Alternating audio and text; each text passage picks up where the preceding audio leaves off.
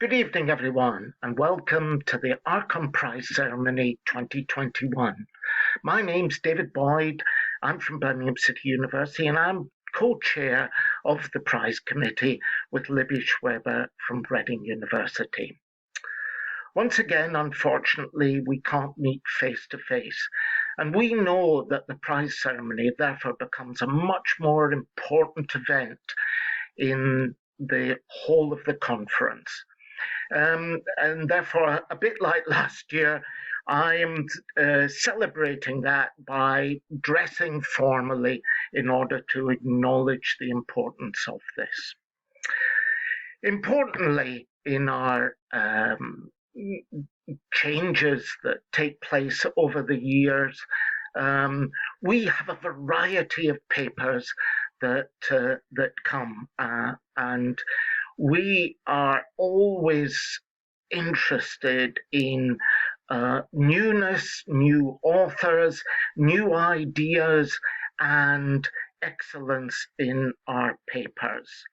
And it takes something to actually write a paper in lockdown, and we're well aware of the difficulties that this has for people. So congratulations to everyone who managed to get a paper to the conference, and congratulations to everyone who managed to be shortlisted, and tremendous congratulations to those that are going to win a prize. So let me introduce you to the prize committee. We've got Professor Paul Chan from Delft, Dr. Craig Thompson from Glasgow Caledonian, Dr. Simon Smith from Edinburgh University, Dr. Vivian Chow from Loughborough University, Dr. Emmanuel Abogwe-Nimo from Brighton, and Libby and myself.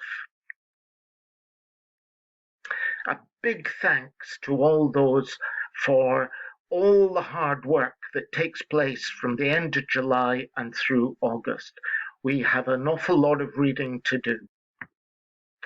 Let me just explain the ARCOM Prize process. We've formalized this over the last few years in order to make ourselves accountable and to honor the ARCOM processes that we so love. So we get nominations from the referees of the papers. And remember, every paper is reviewed twice. Therefore, there's two opportunities for papers to be nominated. And those nominations are, as with the refereeing, are anonymous. And we feel this is an extremely important part of the double-blind peer review process of ARCOM. At that point, the conference chair and the chair of the prize committee review all the papers and add any more that they feel may be suitable prize winners. We then put all these papers, and this year there were 24 nominated papers.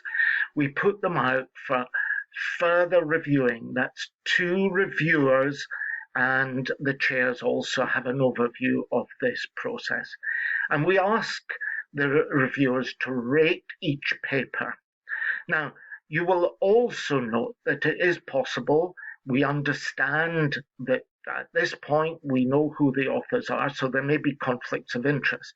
Therefore, we check for conflicts of interest, and where this takes place, move them to different reviewers.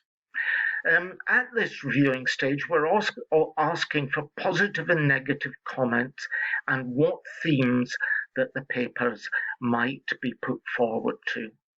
When we get all those reviews back, and remember there were 24 papers that had to be reviewed twice, which is 4 to 8 reviewing sessions, and that can take quite a time, as I say, at the end of August and the beginning of July. We then sum all the reviews, but we average the reviews for each of the reviewers so that we normalize them so that we know that some reviewers like to review highly and some more lowly. We found this process is extremely robust, and therefore we've been running it for a number of years. So from this rating, we actually shortlist, in this case, it was the top 11 papers. So we reduced 24 to 11. And then we look for putting the papers that we have against the themes. And I'll talk about what those themes are in the next slide. Therefore, every theme has 2 or 3 papers. These papers are then put out for further judging to 2 new reviewers, and again, plus the chairs, in order to have an overview. And what we ask people to do is, look at all the previous reviews and make argued selection. And this is where the written statement of selection comes in for the winners of each theme. We then collate everything together into a prize list and get it reviewed by the whole committee. This year, like last year, we have 6 prizes to award. And these are the same prize themes as in previous years. So we've got the Paul Townsend Award for Research into Practice, Rod Howe's Award for the conference theme, and remember this year it's about rebuilding and recovery. We've got the David Langford Award for Social Impact and International. We have an ARCOM Prize for Construction Transformation. We have an ARCOM Prize for Sustainability. And this year we've got one sponsored prize, the Emerald Prize for Theory and Methodology. I'd just like to say how much a pleasure it is to have so many papers being submitted for the sustainability theme. And it's interesting, each year the number of papers in each theme varies quite a bit. In past years, we've had quite a number in the construction transformation area, but this year it's sustainability, which shows where people's interests are. So our first prize tonight is the Paul Townsend Commemorative Award for Research into Practice. We're looking for contributions that aid practice or explore practice in some way. And we're very keen, we're challenging current thinking on practice. So without more ado, let's see what the prize winner is. So the prize winner is Anna Hallstrom for a paper, The Dark Side of Collaboration, the risks of strong ties and collaborative project networks.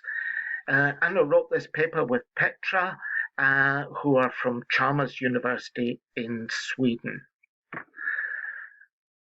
This paper adds a more nuanced understanding of collaborative networks and allows practitioners to explore the issue directly within their own projects.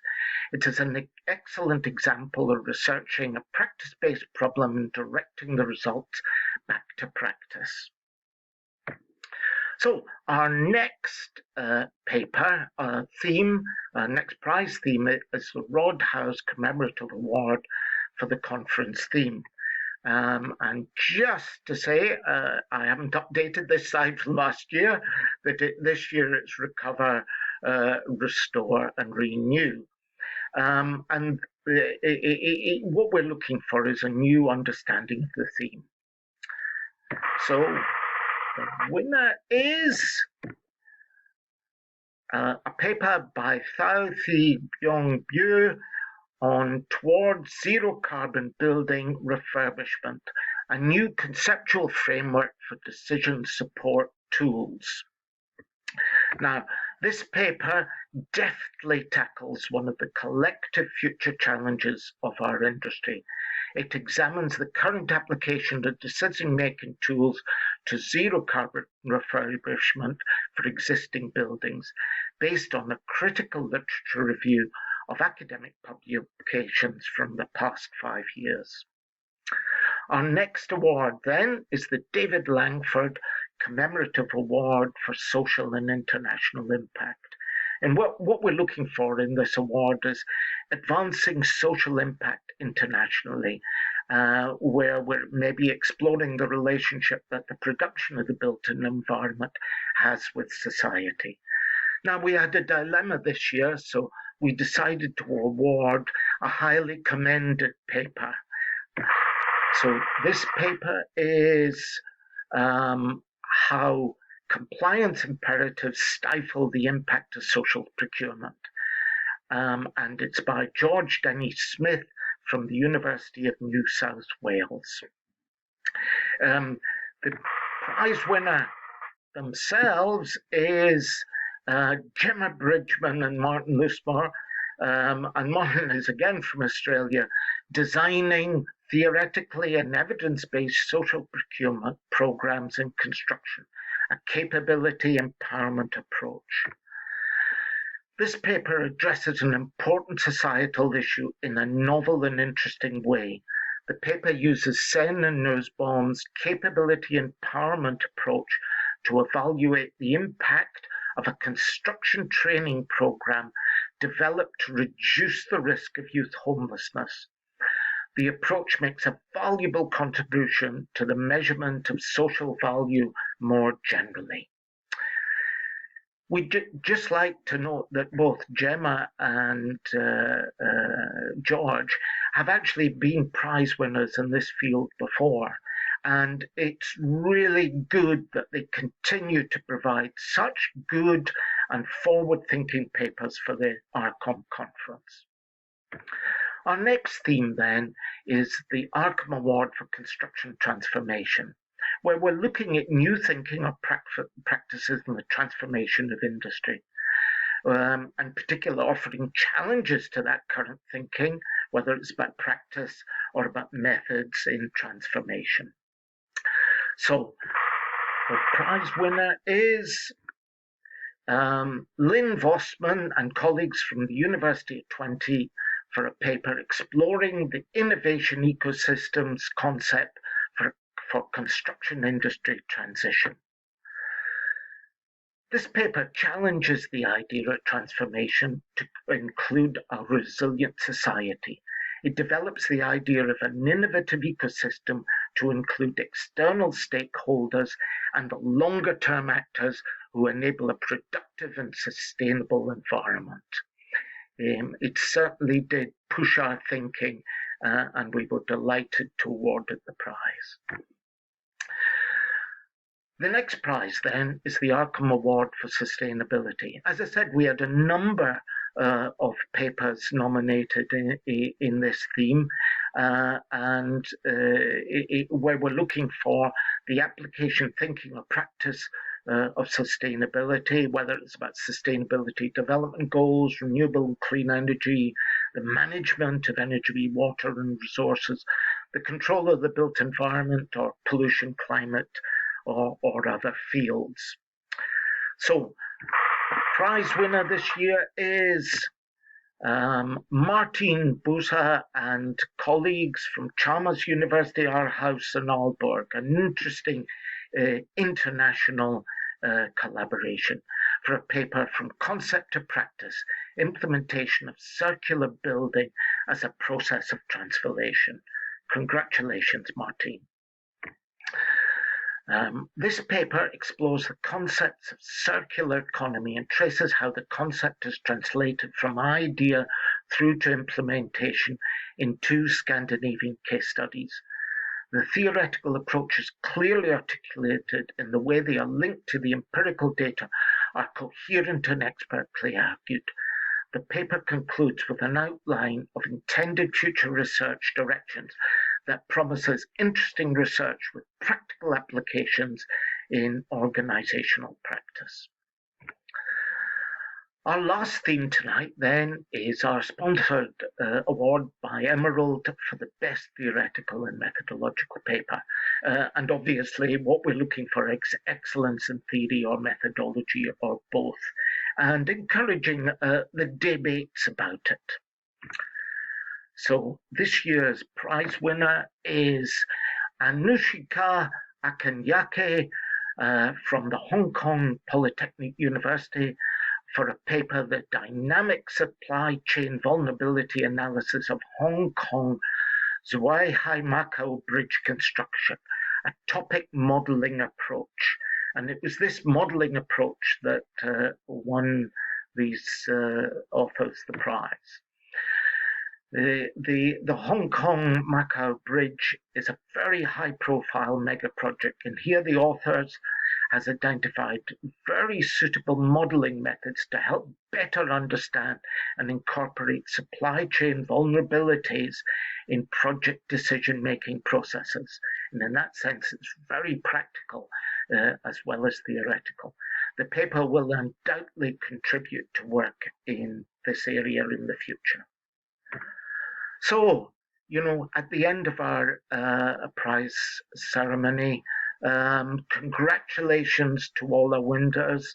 A certificate will be emailed out to you in the next few days, and a check from the ARCOM treasurer will also be on its way to you. This is my last year as chair of the prize committee, and I'll be handing over to Libby Schweber next year. It has been such a pleasure doing the prize process for the last umpteen years now, and I've learned so much, and it's been so energizing to see so many good papers, and it is one of the key points of the ARCOM conference. Thank you to everyone, and I look forward to seeing you face to face next year.